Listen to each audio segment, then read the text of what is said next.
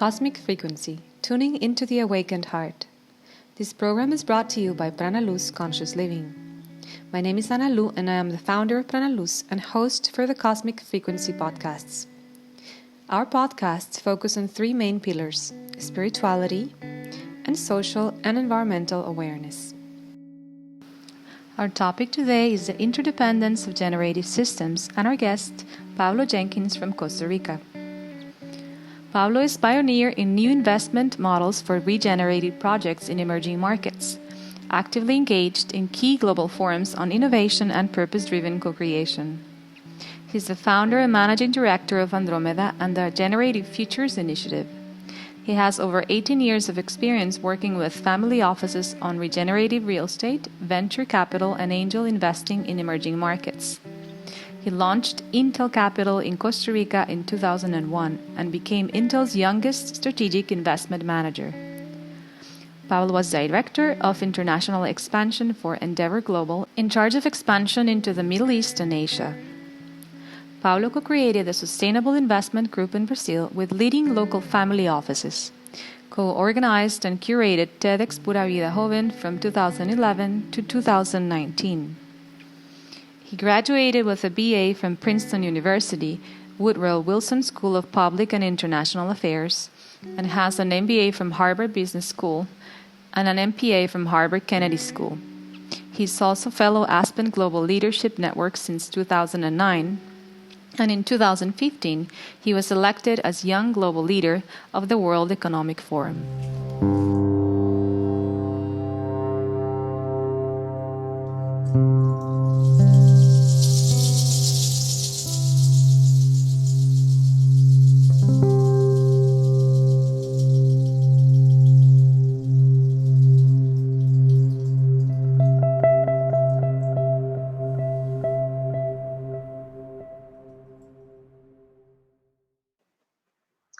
Hello, Pablo. How are you?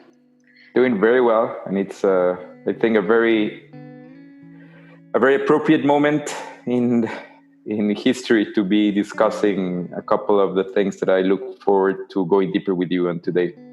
Thank you. Thank you so much for accepting my invitation. I'm very flattered and delighted to have this conversation with you on this super interesting topic. Thanks. How is Nosara? So you're here in Costa Rica now, right?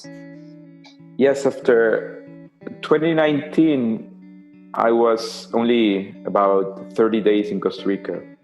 I spent 3 months in Boston, 3 months in Europe, including going to Greenland to see the glaciers, and a few months around Singapore, looking at the future of using water resources and responsible and responsive cities. So it's kind of interesting that I had in my mind sense that I would be much more taking this global perspective and grounding it in a place that felt regenerative, and Nosara definitely is feeling this way.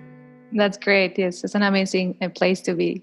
Thank you. So maybe if you want to start for the listeners by sharing a little bit about your work and your background and what is inspired you to share about this topic. Yes, I started my career, I think, trying to find this connection between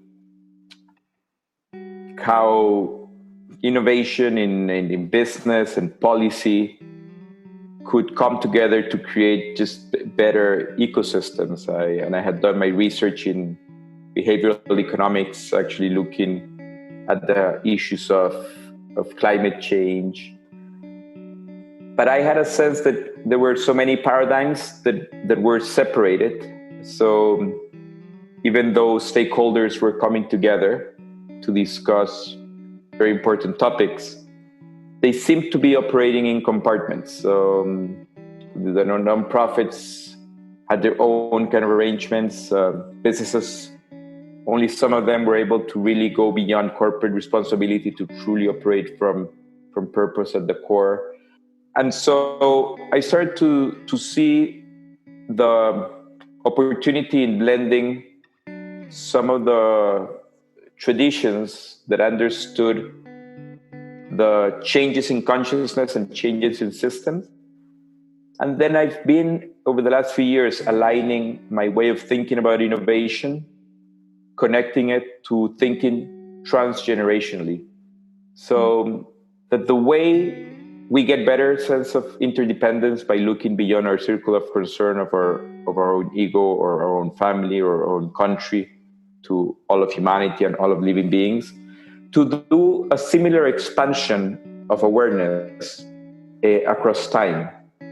So in that way, getting a lot of the lessons and wisdom of living systems that have evolved for billions of years into our own ways of creating new tools and biomimicry or circular models of the economy, but also then to push forward and to think over 100 years or 1,000 years into the future. And then it requires kind of a canvas of imagination that makes it very natural to rethink systems, because even things like capitalism or democracy look like a small element within a bigger space. And then many things that seem very solid or like have a false sense of necessity to exist become obviously choices.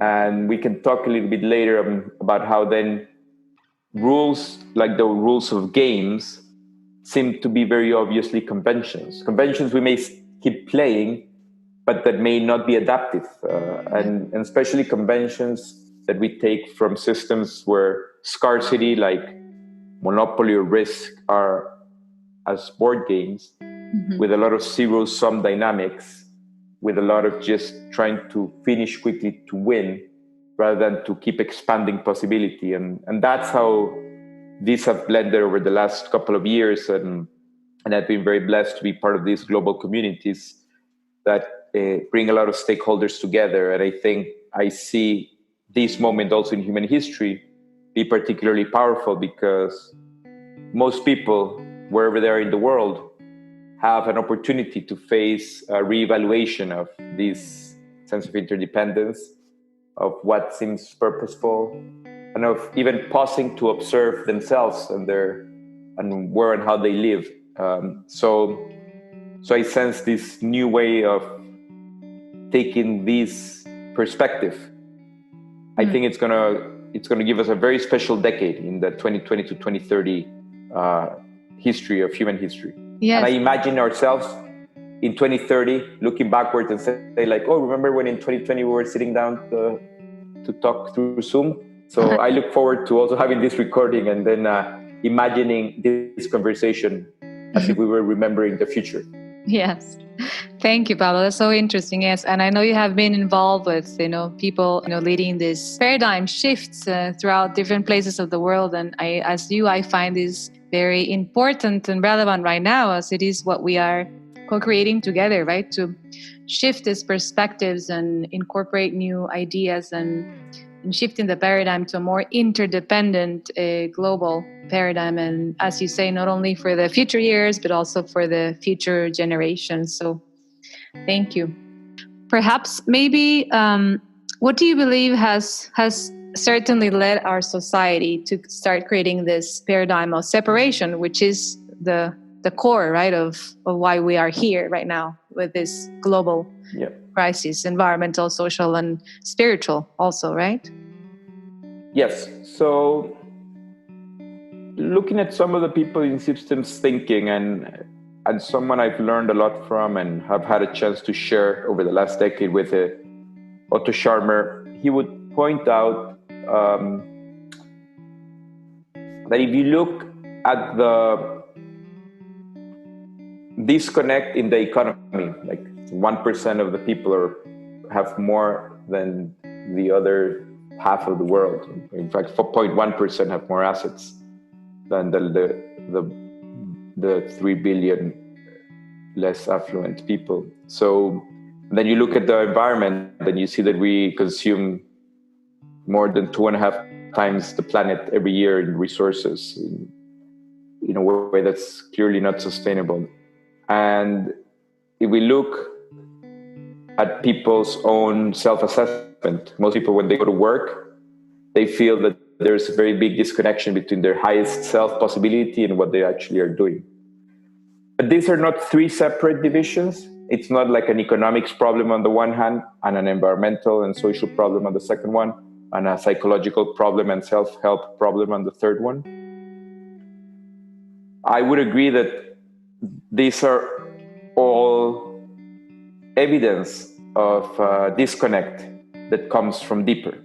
Mm-hmm. And so where does that disconnect come from? I think it comes from a disconnect of limited awareness, from a combination of the mind being a bit too judging and closed, like kind of us, them,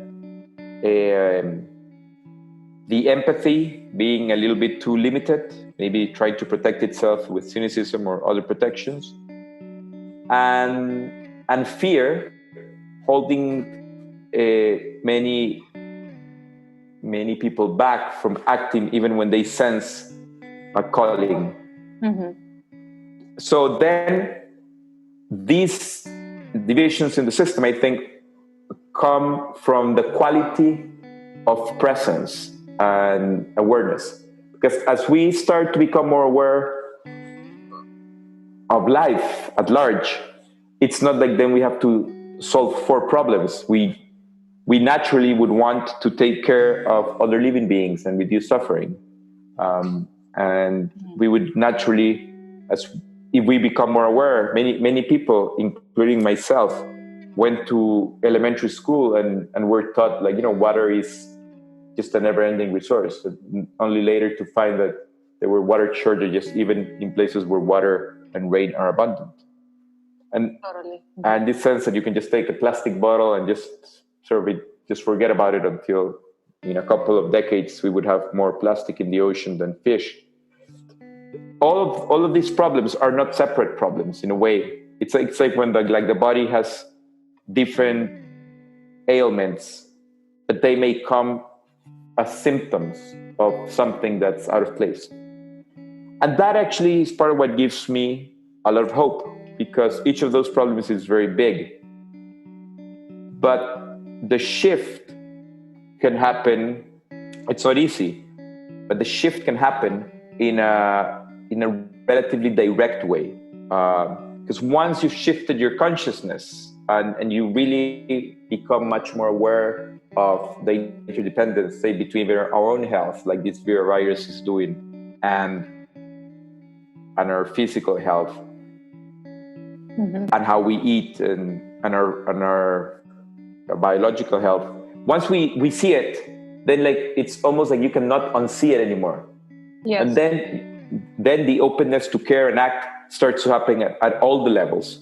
So I think that the important thing is that for a while, some of the successes of the 20th century allow us, several of us at least, some of the more, you could say, privileged, but also the extra comfort to sort of be isolated from the rest of what really was deeply going on.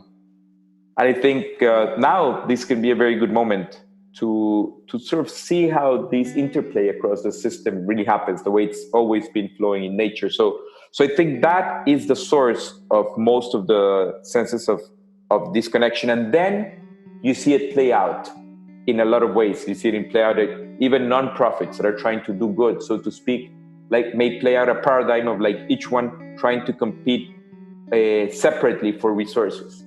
And I think that still comes from that same sort of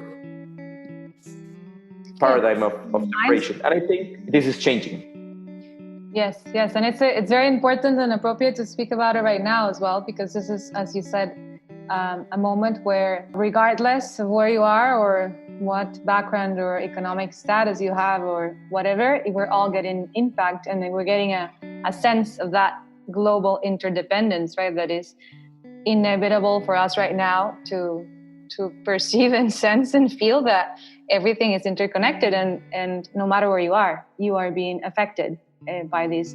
So I think this is a very precious time to revalue exactly and start connecting through that awareness of myself, of the other, and my impact with the environment and everybody, right? Yep. Thank you for that. And And we'll talk more maybe later about awareness and consciousness, which is also very interesting topic in this sense. So how do you think we can start coming from this perspective of, awareness, of inner awareness, or this awakening, let's call it like that? How can we start weaving together this understanding of the individual, the social, and the environmental as one interdependent system? Yeah, so I think there's several ways. To some extent, I think nature, if one observes it, has many of these lessons already in it. Right? So I think in the business world, many of us were still, a few decades ago, used to thinking of human resources as if people were a resource to be exploited, or the environment itself of just being like an input just for production, just for profits. I like the way Raj Sisodia, in his kind of framing of some of the ideas of conscious capitalism, and uses this analogy. He often speaks of how a human has red blood cells, but having the most red blood cells is not like an end in itself. You just have to have healthy amount of red blood cells to do whatever your life purpose is. And he would say that a similar analogy would be for business, that still like profits would be an important thing for a business to be healthy, but that the purpose of a business has to be defined from a higher perspective. Mm-hmm. So that it's not just like more profits, and then you're like, and for what? Like, what are you trying to achieve? As a way of both engaging its employees and customers beyond just like the more kind of mechanistic way of like just a transaction. And that's not the easiest way to engage deep passion. And also it becomes very extractive, and many people feel burnt out and used, and rather than in a quest or a mission, these days, like even companies, like SpaceX, that was just about to launch today to space, and Elon Musk as a business person, I think he's just not trying to build cars, but he would put his purpose as trying to accelerate the movement to a renewable energy economy. So if it's cars or batteries or solar roofs, they actually may be much more adaptable as a company. And so how does it become not mechanistic? I think it's to connect to a higher purpose, to feel values. I think to look at nature. Nature has this way in which most things are kind of an input to something else in a way, but not in a mechanistic system, in like a very sort of complete system. Yes. So this very linear way of like using something, like even in the worst of ways, like human resources or life resources, or like the way, for example, farming in the industrial complex does it, like just use up a living being, like, no matter its health, no matter its living conditions, and just, like use it as an input to make a hamburger or whatever, ends up clearly having a lot of costs, health costs, a lot of disconnection. So I would say there at that separation is like lacking to understand the main purpose of what we really are trying to do with all these systems. And then like the system itself just kind of like goes out of control. And the second is to have life affirming values. And I think nature is a great place to look what life affirming values are, because they are the values that just enhance life, purpose, love, connection, compassion.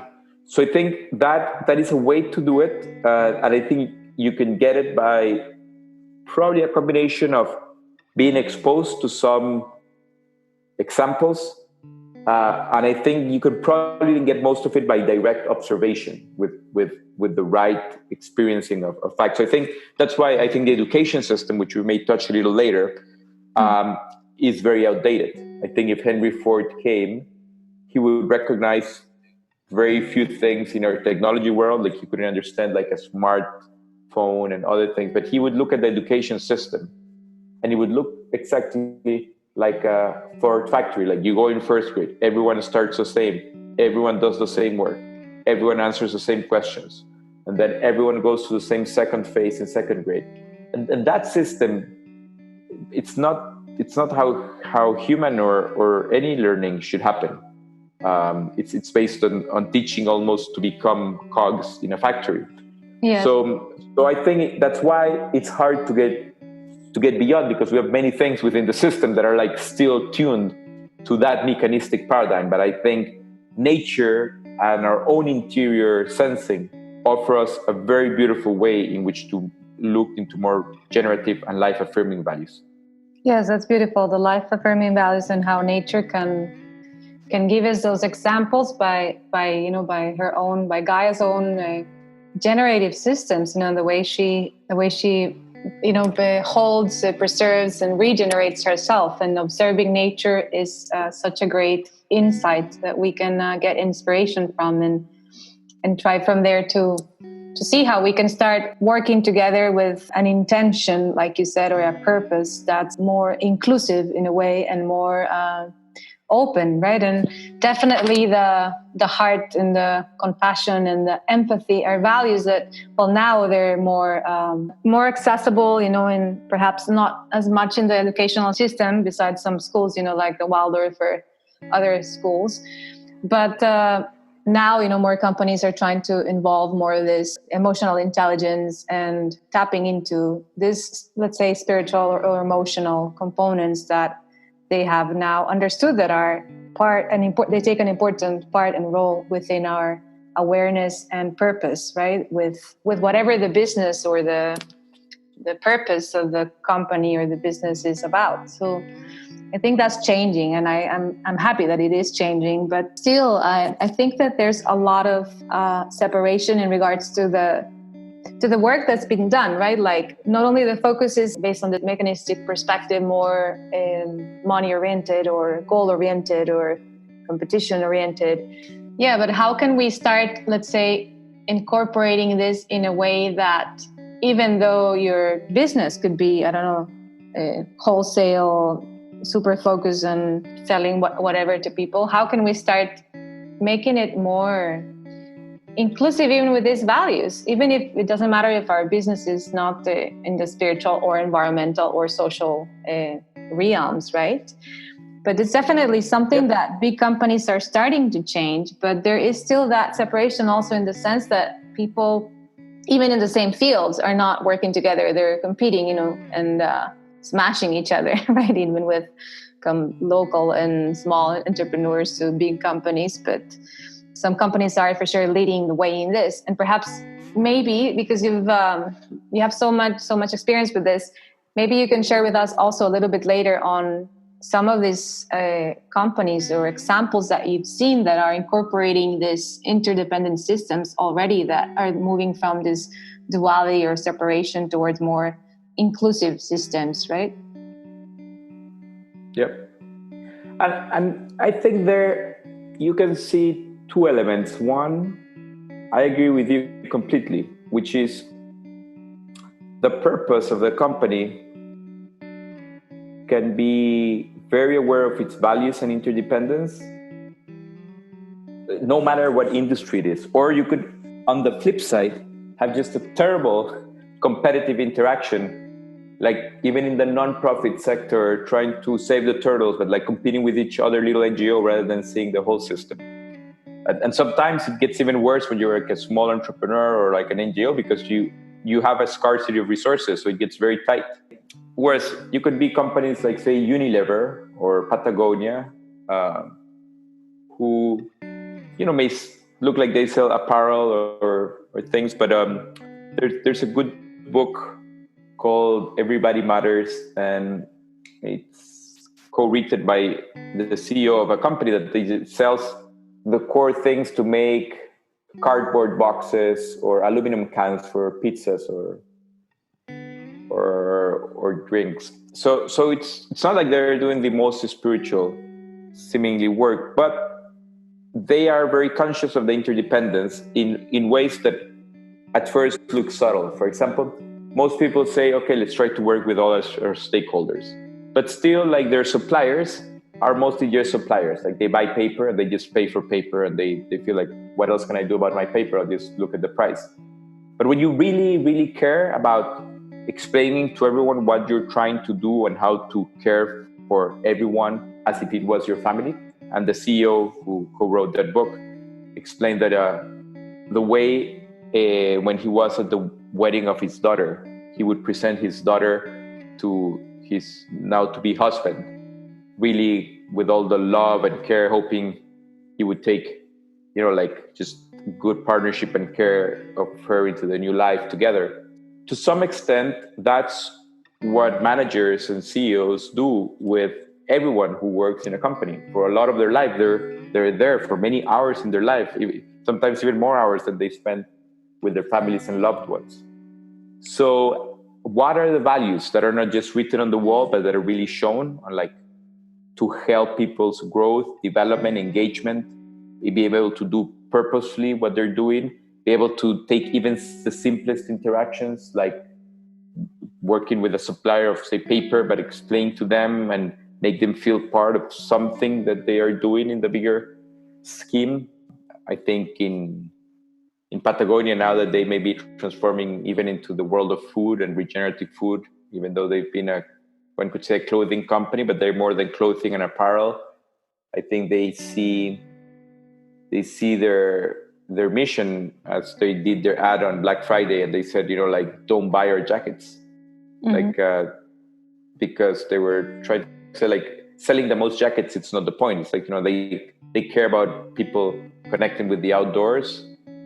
They rather repair an old jacket than sell a new one. And that paradoxically creates a kind of loyalty of their suppliers, their employees, and their customers that makes the whole entity work. I think democracies have had a hard time doing that sometimes. Like, they promise to their citizens too much, and then it's hard to know how everyone is truly interdependent. So I think companies like this that may produce things that are, not necessarily like maybe a meditation retreat center like Blue Spirit is here in Osara, or like a Waldorf school like the one we have here also close by, that seems like, okay, everything about it seems to be obviously trying to be hinted towards that. But I think you're right. It can be done everywhere. I think the core are these three things: that the leadership itself has done its work. It's very hard to have a conscious organization if the people in formal positions of authority are not conscious. I mean, it's a thing that right now, with a lot of populist heads of states in big democracies, are making very, very confusing outcomes. So what is the opposite of a populist? Like a very connected, compassionate, values-based, conscious leader. And Otto Scharmer told me this several years ago, maybe like 10 years ago. And it was that 25 years ago, he would talk to the leaders of the most sort of forward-thinking and engaged organizations. And most of them would tell him privately that they had meditation practices to try to connect to their inner being and find their kind of more spacious awareness. But they wouldn't say it publicly. Mm-hmm. Perhaps it was not at that time. It was not so allowed. Yes. Yeah. No, but they needed it. It was very hard to be a really conscious leader without some practice, and most of them found it on their own or with some help. Now, in the last decade, more people have been speaking about it, and there's executive coaching, and there's a range of it. So I think what you see is that it's hard to have an organization sustain that without true commitment at the top. Mm-hmm. And I think the way you've also, for example, done in your career, I think that as we spoke maybe like 10 years ago, and I did sense it was a little early to come with this mix, but I think this is prime time for this mix of understanding kind of the environmental and sustainability elements, the deep personal and development traditions of mind, body, and awareness, and also how kind of the business sector operates. makes a lot of sense because I think this decade, business will be a very important place of change. As I was saying before, like most humans spend a lot of their hours working for companies.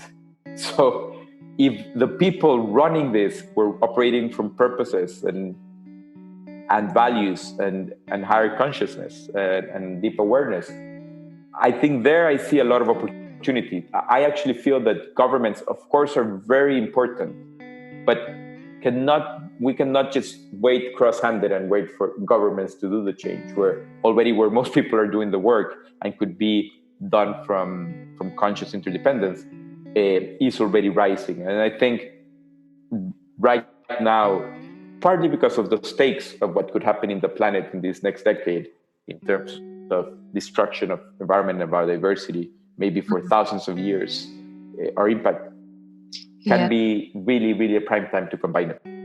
Yes, totally. And thanks for bringing that forth. Yes, I am with you there. And I believe, this change, like, I am very much involved in the spiritual teachings, and I do believe this starts within, inside, with our inner work, with our awareness of ourselves, of our emotions, of our mind, meditation, of course, mindfulness, and all these diverse practices, not only them, or not only yoga, or it just starts with an awareness of ourselves, right? With our inner work and with questioning of, and then working on transcending that perspective of duality with the other and duality with nature as well, that's kind of like where the core things started to break, where we started seeing the other as a separate, the subject object. And then if we start from that paradigm in our houses, with families or friends, and then we bring that forth into a business with no awareness, then that's where we are right now with this split society and disconnection to nature. Whereas if we start building systems where we reconnect with ourselves, we're completely engaged and conscious, then we start educating and training leaders that will therefore, enhance these concepts and ideas and principles within their organizations, then it will completely change and shift the way we interact, with each other in a business, and then we connect with those values, which not only will be focused on making money or doing my job, or right, which is kind of like what it is right now, very mechanistic, and moving towards a more interdependent approach. And that's kind of where I was going with my next question of, in which ways do you consider we could start switching this perception of duality and separation that we've so far created, right? That has its impact in our lives in such a real, vivid way. Perhaps some people are aware of it, perhaps some people are unaware of it, but it is right here with us all the time. And how could we start shifting that into creating new systems, that would re-enhance and inspire us to get to move towards this interdependence? Yeah. So I feel there's at least two moments that are essential that we should, of course, do at the same time. So one, I would not even call it our education system, because I actually think that's part of the problem. There's too much education, so to speak, happening, like curriculums, tests. I would say our learning environments, because kids are learning everywhere. They're learning when they're playing. They're learning in nature. Hopefully, they should be out more. Like, why should learning happen? I think many people are going to ask themselves ever more, like in four walls.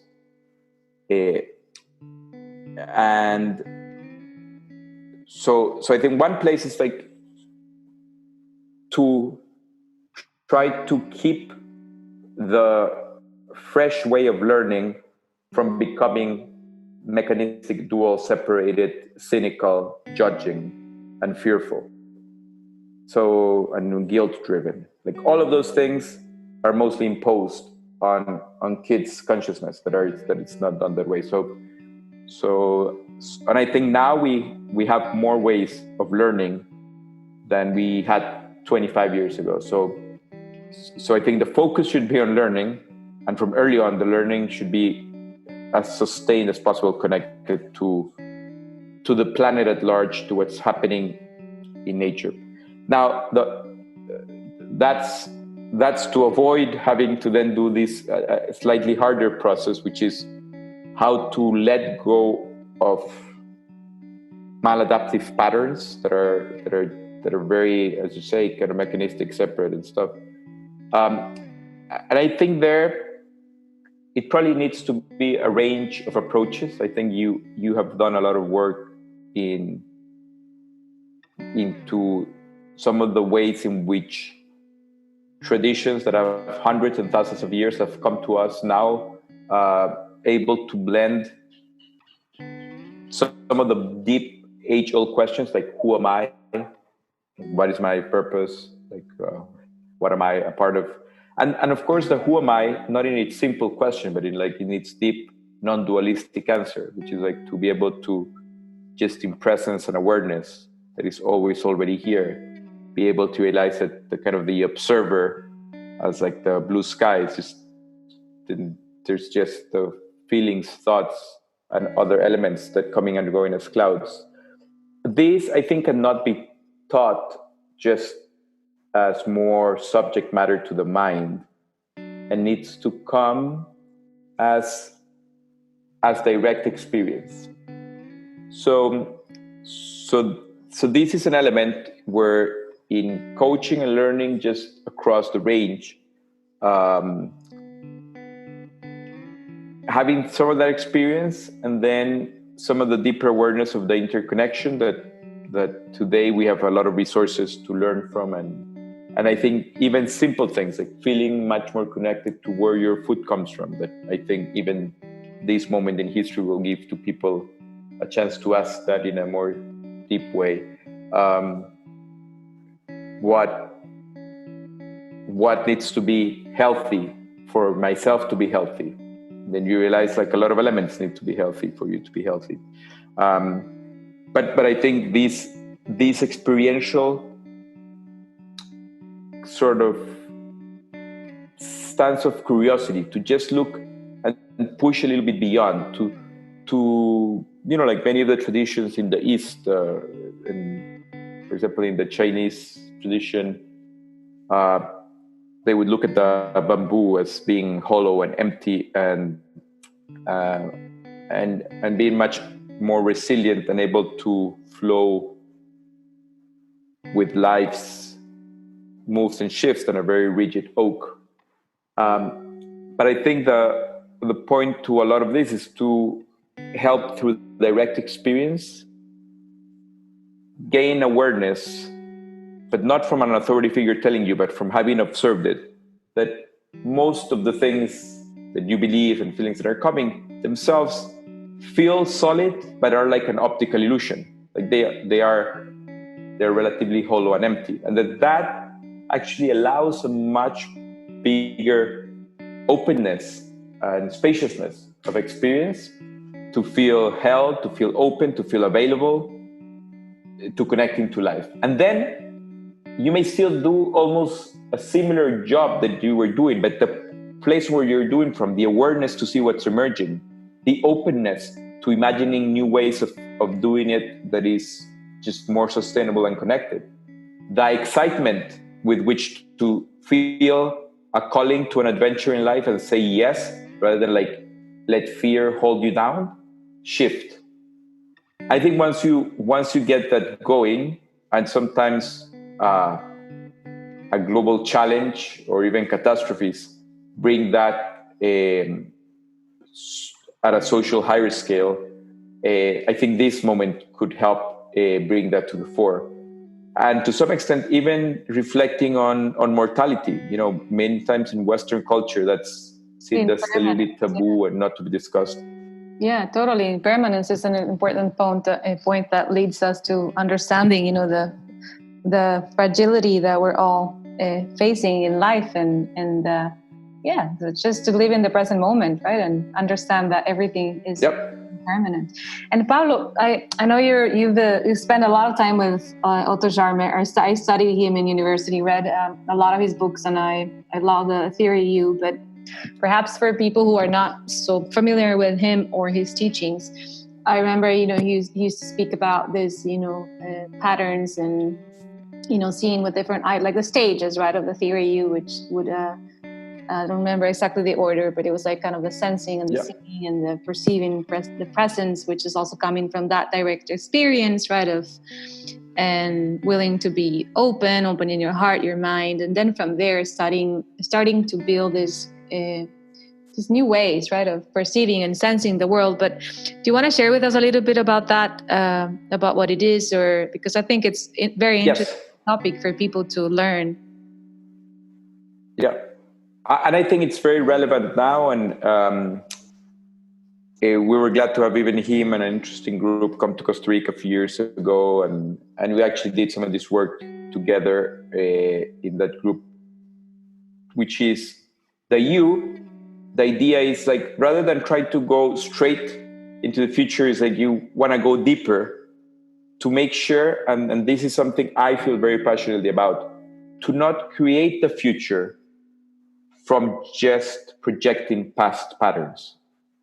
And as you know, even in business, it's hard because like you look at past data and you look at past statistics, but even in our own selves, like how do we try to do the future from the emergence?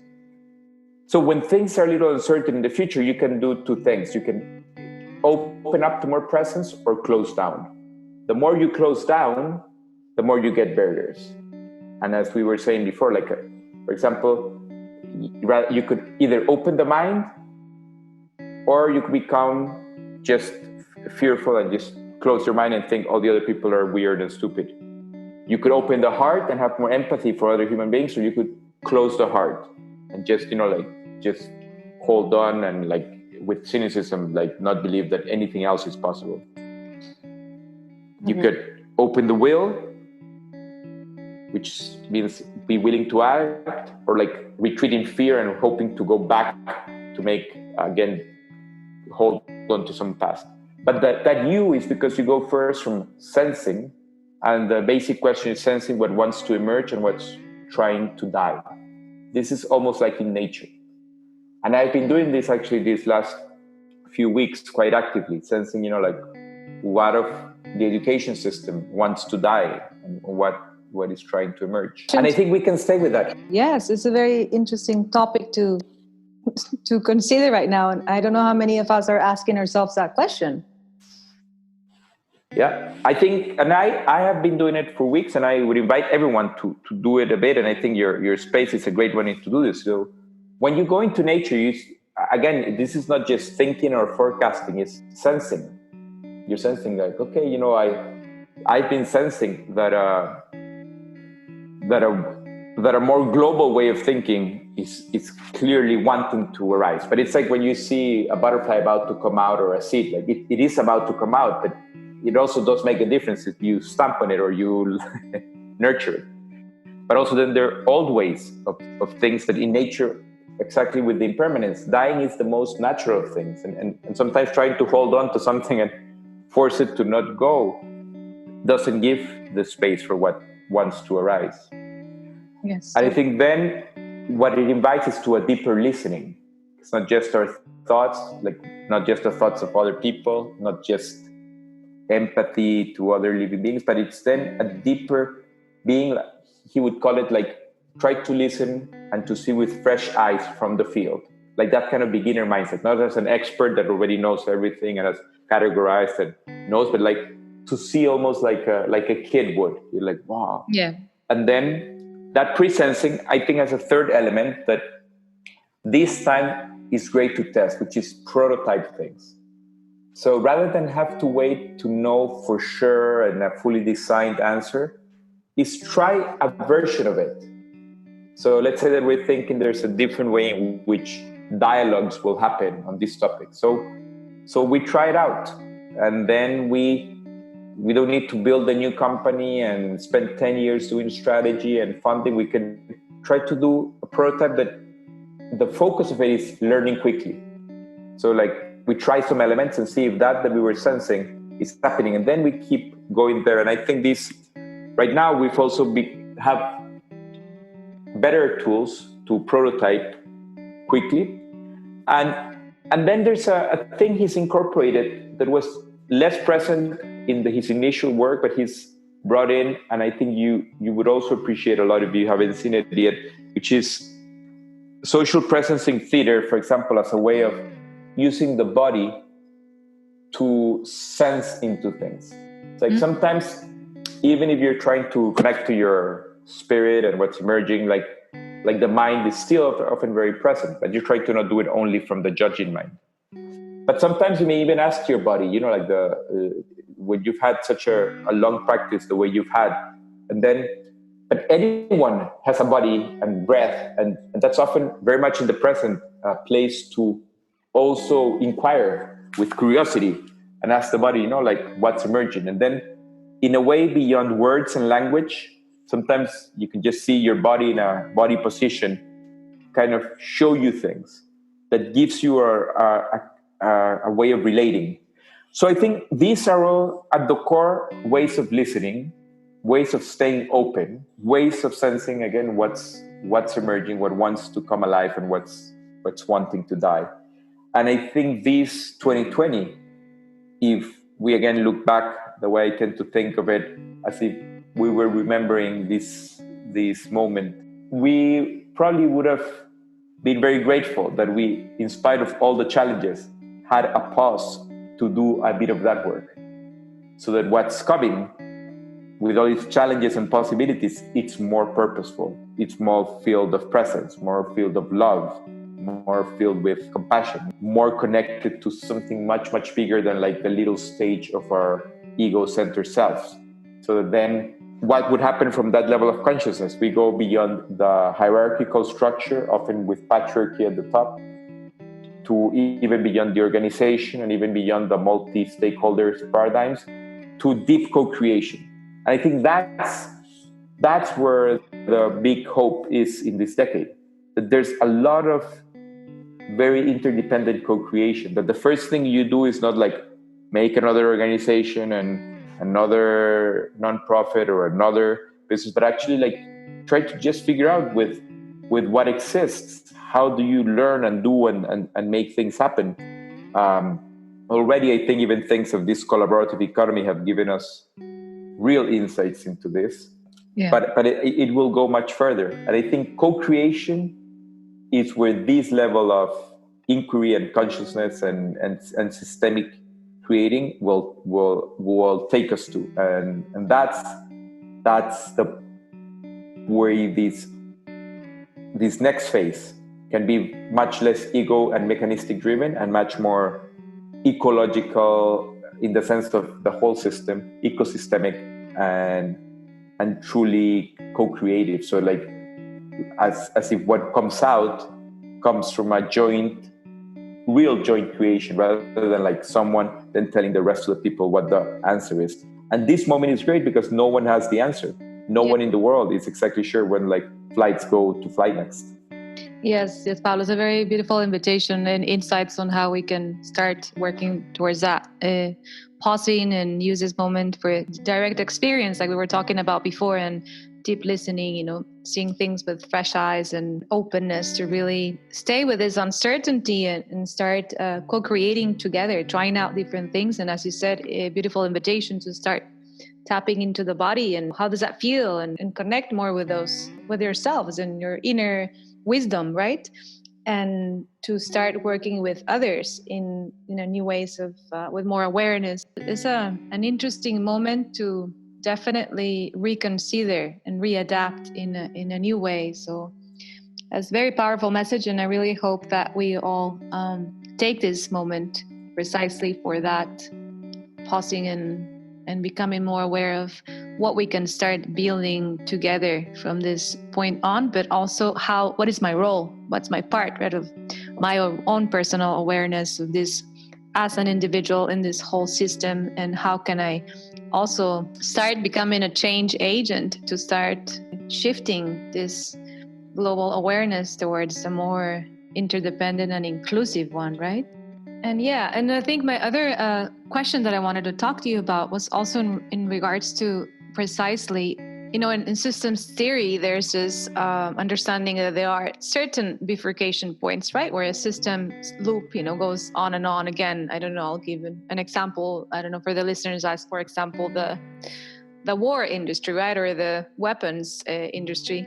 That each component, there's no war, there's no production of weapons, there's no war, and if there's no war, there's no money for that, and there's a whole part of component of the system that feeds each other, and then when something breaks, then the system collapses in a way.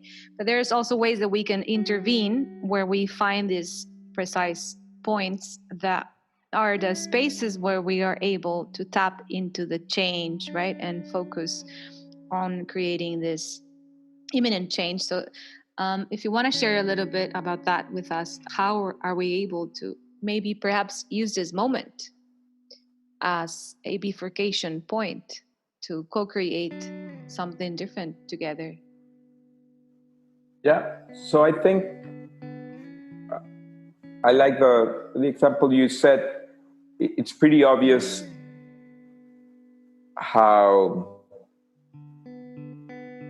some systems are particularly made for kind of needing some sort of almost destruction to sustain. Sadly, I would say even what's called the healthcare system has a lot of things that are not about health and exist almost on the back of chronic disease.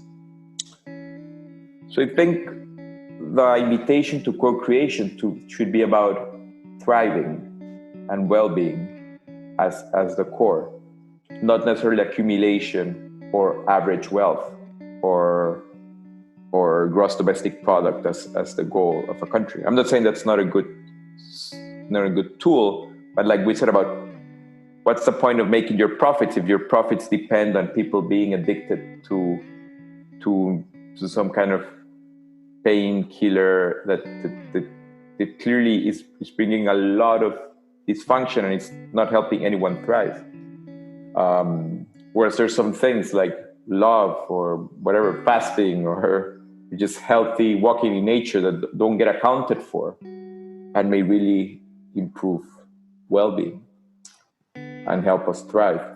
So my invitation, and you can see some of the work we're going to be prototyping in Boldly now and Generative Futures. I'm very open to anyone who wants to help think of this. And I'm working with some friends also who are doing regenerative models. But we're thinking, like, what does thriving humanity in connection to all its environment and all living beings look like decades, hundreds of years into the future? I think that invitation allows a very clean canvas then to paint almost anything. Because if I ask you what to do by next year, it feels a lot like solving maybe and tweaking a current problem, like taking a nightmare and just like making it less bad. And I think there's some gloom and doom things that are just objective data. Like we have been destroying a lot of the biodiversity of the planet, of corals, of rainforests, of lots of species. And we've already destroyed a lot of them, and we're going very fast to destroying a lot more, and sea levels rising. So I'm not being naive. But I think gloom and doom is not a good enough source for creating thriving humanity. I think we need to balance data and responsibility and understanding that the trouble we're causing by these extractive paradigms, and then also co-create from a place that is beyond, that feels exciting, that is possible. And then I think with fresh eyes, we can come back and say, what of that thriving future already exists here? Like maybe some elements of this incredible thriving and well-being exists in a part of Bali that you're seeing, and maybe exists in a rural town of Africa that is becoming very, very innovative on how to develop without copying maybe a lot of the stupid structures that happen unintendedly in the way urbanization ended up happening with the cars and the suburbs and the shopping malls. Maybe we map something here in a blue zone in Nosara that like was being lost, but that actually showed up a way of getting to longevity without having to spend 15 times more per capita in healthcare, in medicines, but actually comes from relating, from purpose, from walking naturally. And I think there the co-creation can tap in something really powerful, something that feels very engaged, very alive, very much like a love-centered, life-affirming place to be a good ancestor into the future. Like grateful to all of our ancestors, like our grandmothers, our earth, the living beings that literally keep holding together this planet around the sun in a place that holds life. But then we can imagine something very bold. And I think there the co-creation comes back and then becomes very present, because we are very present in the present. Like we're not trying to escape the present with a fantasy of the future. We're trying to, from the present, sense all that is possible. And if you look at life and look at springtime and look at flowers coming out and look at a butterfly that came from a caterpillar, there's many of these reflections that without having to think very much just show that kind of butterfly-like moment of imaginal cells, or that place after the snow clears, that springtime comes back, where something, may not be already there, but has a transformative, life-affirming continuity and brings something boldly new. And this way of going into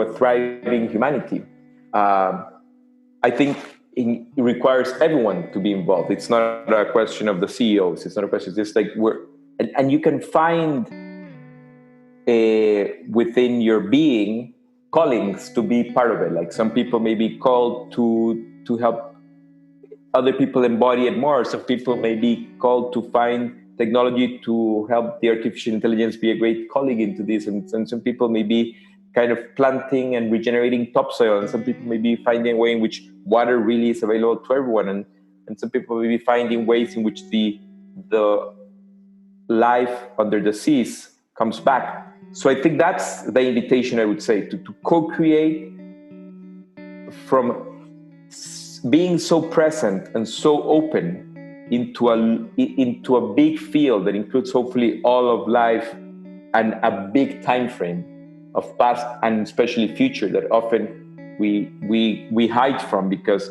the future can feel overwhelming and it's changing and it's difficult to even know how to process, and to just embrace it, and to maybe embrace it even more boldly, to look hundreds of years out and then find gestures you want to kind of be remembered for without maybe the ego being remembered for, because you'll be kind of present in ways into that future that are much more subtle, but because of that they're almost more spread out. And I think there you also can never do it alone. And two things happen when you're more dependent than others. One is by dropping some of this need for control, because in a way it's an illusion, then also there's a kind of more fluid kind of creative freedom, because you know what's being created is being created with all of this other life by definition. And then both, like, I feel like the cells in the body, we have like, trillions of cells, and each one is kind of doing its own thing, even without a lot of consciousness. Like if the cell in the eye does its job and the one in the liver does its job and stuff, like the whole system thrives. If one cell just wants to grow and grow and grow and grow and grow, like it's almost like a cancer.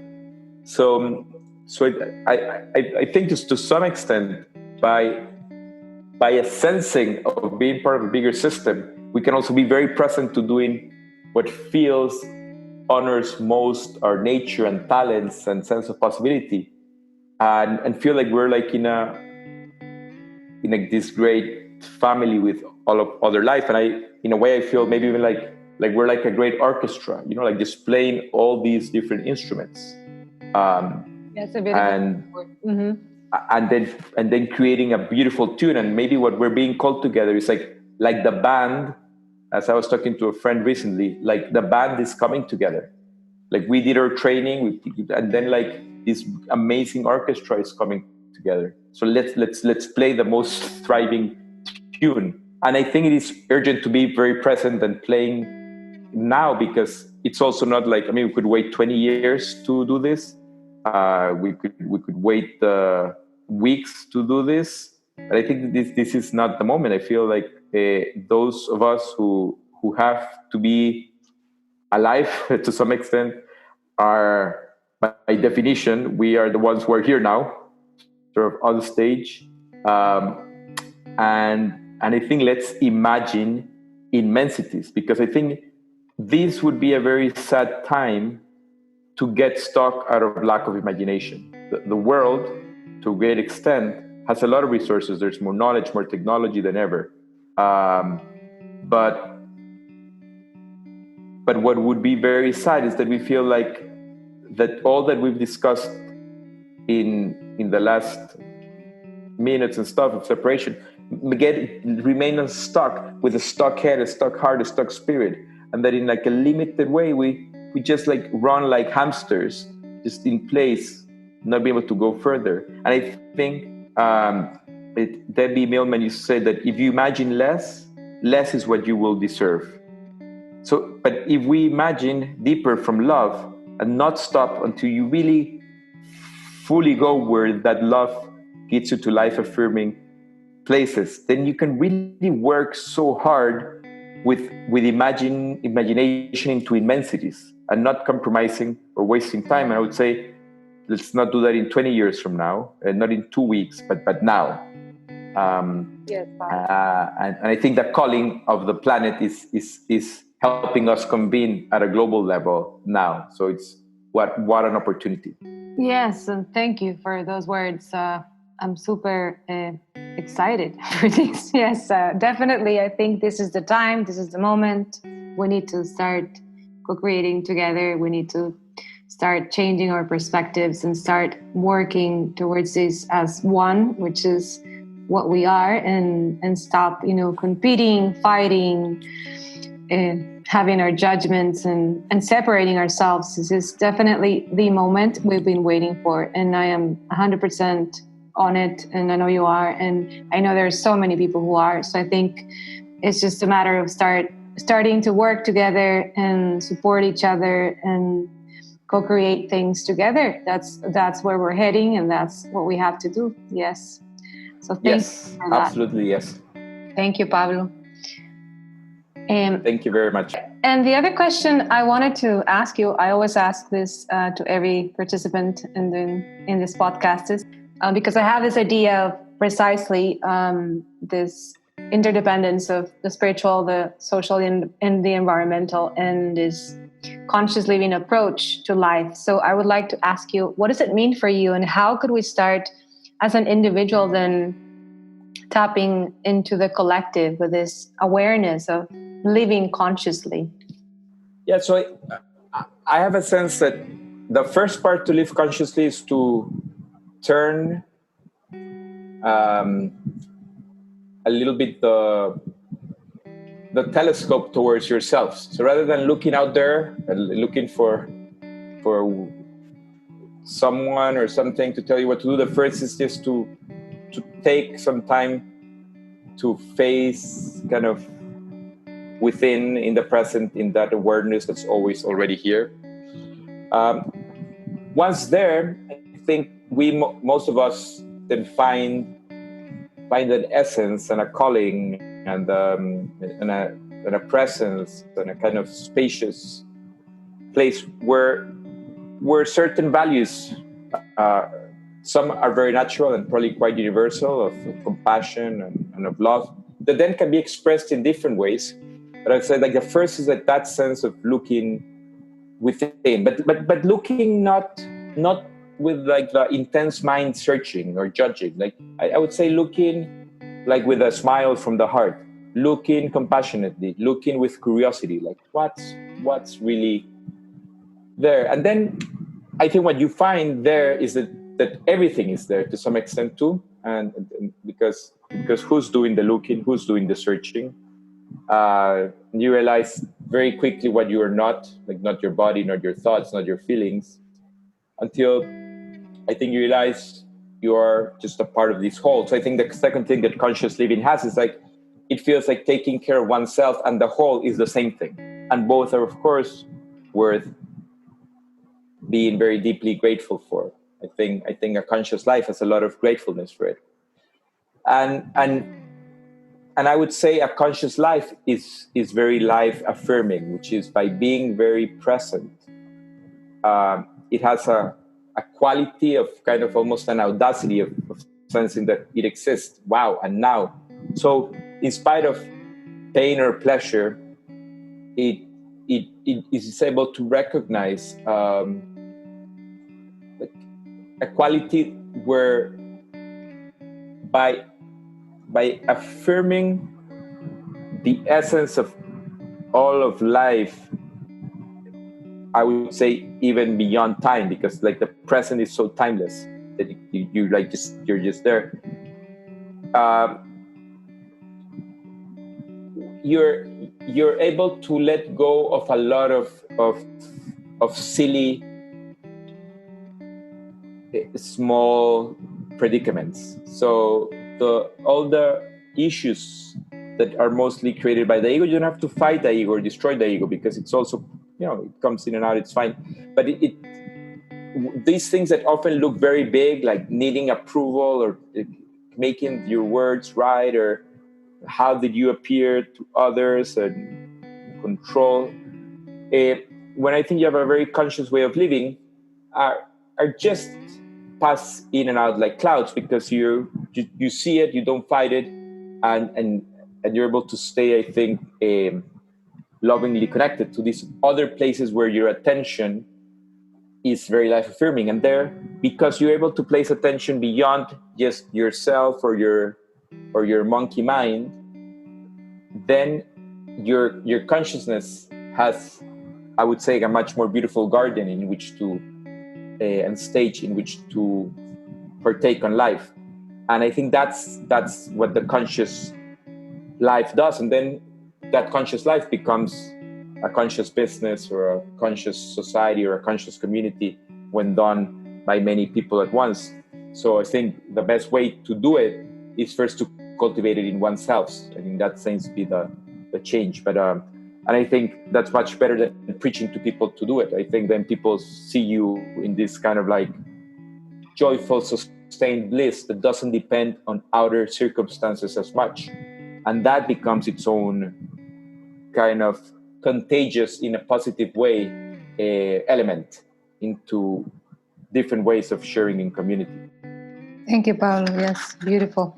And my last question is, if you have like one single message or word or sentence or something that you find very important for people to hear right now, for humanity, what would you share? What is your message? I think the most solid message should be to use this time. Imagine, like, say 20 years from now, like even if you are afraid that's too long, or you don't even know if your body will be together with your mind then, and sense what would you have wanted to really do in this pause, because that's the main message I would offer. Because sometimes we want to get I even feel like at times I want to get an answer. Where can I go see someone I really care for, like, and fly? But then I feel like, wait, this pause is a gift.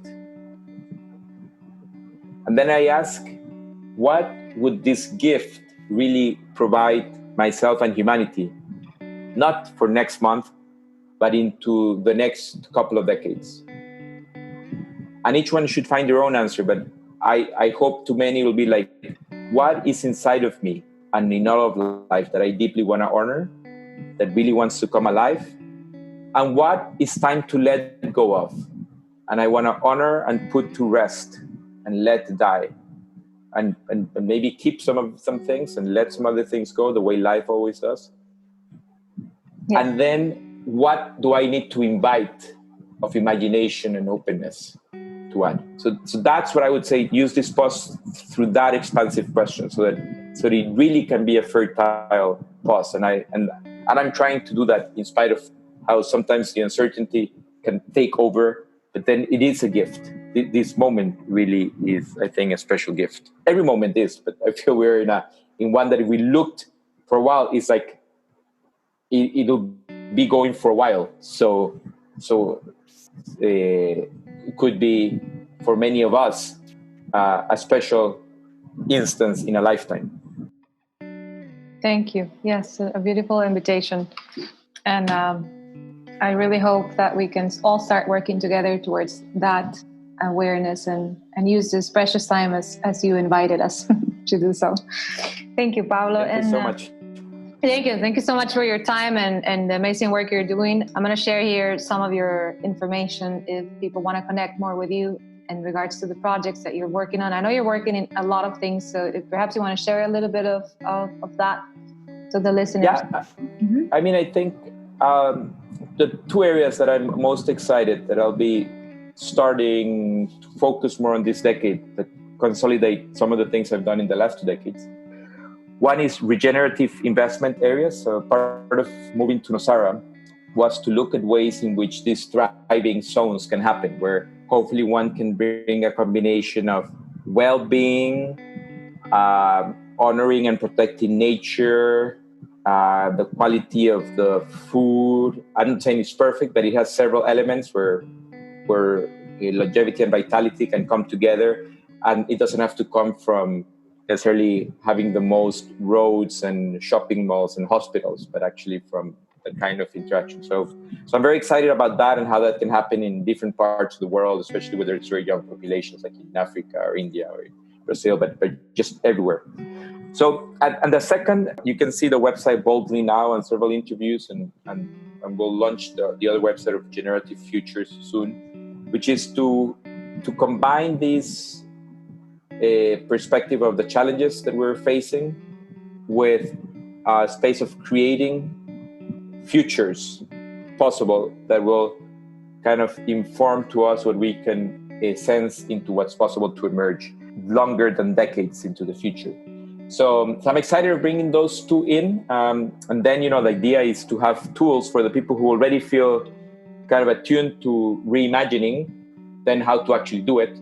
But I think a part of it will actually be even creating media for this. And then for the people who are looking into the investment way of regenerative investing, the idea is to find places where you can invest for financial, environmental, and social returns in a regenerative way. And I think for that, part of what I've been testing is these ways of living in very small footprints. I did a small micro apartment, and I've been looking at several micro housing options of like 30 square meters, where you have everything you need there privately. Like the bed becomes a sofa, a beautiful piece of wood is a desk or comes into the wall. But then you have around you all the public things that are worth sharing and co-creating with, like permaculture, like food that you just are able to grow in community, and spaces to do yoga and dance and meditation, and places where you engage with everyone in the community, not just people who can pay for it, and places where you can be healthy in the outdoors and in that way protected and defended, trails and walking. So those are the two models that I'm most interested in being part of both the imagination and the investing in a way that actually both for individuals or for bigger investors, like you can actually put your resources in places that are much more coherent with the kind of thriving future that I envision and want to be living in an integrated way from now on. Beautiful. Thank you. Thank you for being such a change agent. Thank you for that, Pablo. And I hope people can connect with you and read about your projects and possibly cooperate and get in touch with you. They want to learn more. And you're always also connected with people who are coming, doing interesting workshops and things on leadership and all these are areas that we just tapped today in our conversation. So thank you again for your time and for your work and for this conversation. Thank you. And for the listeners, thank you so much for listening to this amazing conversation with Pablo. And we'll be posting more podcasts very soon. Thank you again. Have a beautiful day. Thank you, Narcia. Bye-bye.